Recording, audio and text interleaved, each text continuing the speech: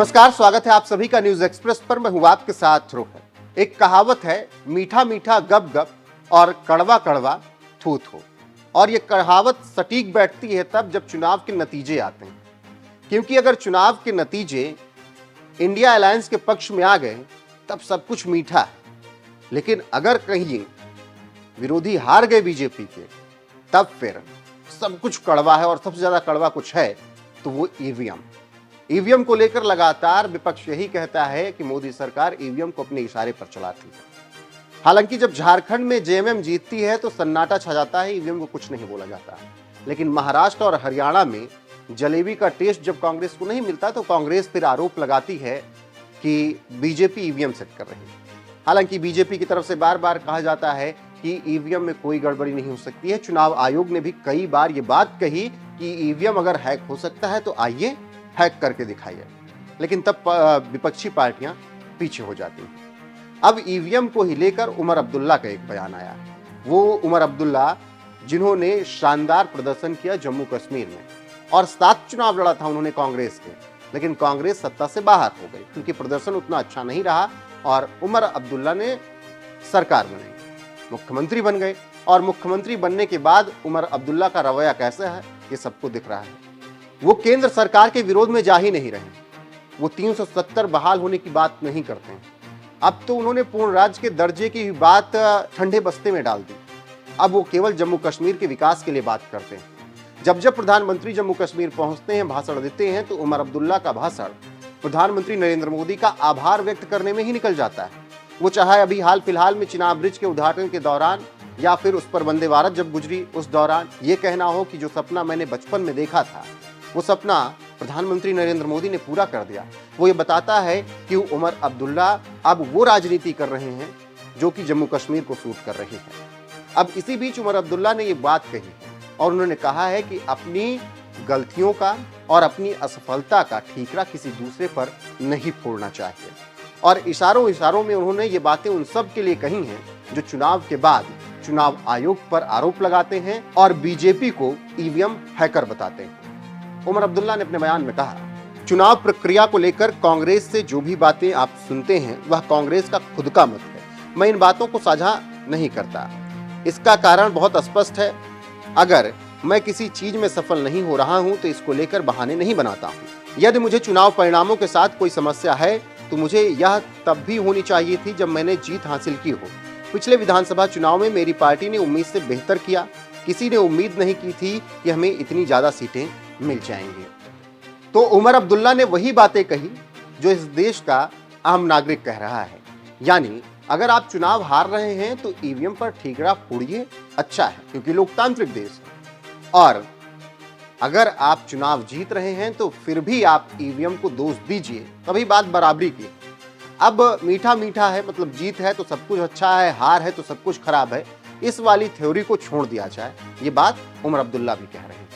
अखिलेश यादव वाला रुख अपनाया जा सकता है क्योंकि अखिलेश यादव कहते हैं अगर मैं ईवीएम से जीत भी रहा हूं तब भी मैं ईवीएम पर सवाल उठाता हूं और ईवीएम की जांच होनी चाहिए। लेकिन तमाम और नेता हैं, वो चाहे जेएमएम के हों या कांग्रेस के हों या तमाम बीजेपी विरोधी जो पार्टियां, वो यही कहती हैं कि ईवीएम ठीक नहीं है और ईवीएम बीजेपी हैक कर लेती है। लेकिन उमर अब्दुल्ला इन बातों से इत्तेफाक नहीं रखते हैं। वो साफ कहते हैं कि जो कांग्रेस का मत है वो कांग्रेस जाने और हमें तटस्थ रहना होगा। एक ही मुद्दे पर दो तरह के बयान नहीं हो सकते। बाकी उमर अब्दुल्ला ने यह भी कहा कि जिस तरीके से मेरी पार्टी ने प्रदर्शन किया उसकी उम्मीद तो थी ही नहीं। 40 से ज्यादा सीटें उन्होंने जम्मू कश्मीर में जीती और फिर मुख्यमंत्री बने। और उसके बाद जब जब प्रधानमंत्री नरेंद्र मोदी गए तब उनके साथ मिलकर उन्होंने जम्मू कश्मीर की विकास परियोजनाओं को लेकर बातें की।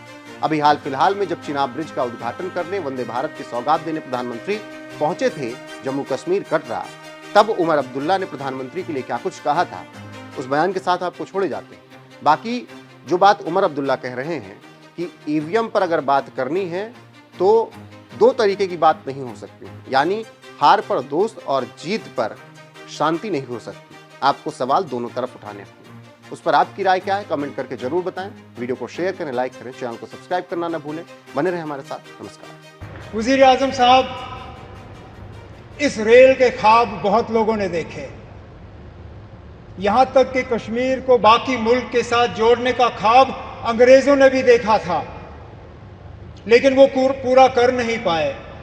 उनका ख्वाब था कि उड़ी झेलम के किनारे जो है वो रेल लाके कश्मीर को बाकी मुल्क के साथ जोड़ें, लेकिन आज जो अंग्रेज पूरा नहीं कर पाए वो आपके हाथों पूरा हुआ और जम्मू कश्मीर, कश्मीर की वादी को बाकी मुल्क के साथ जोड़ दिया गया।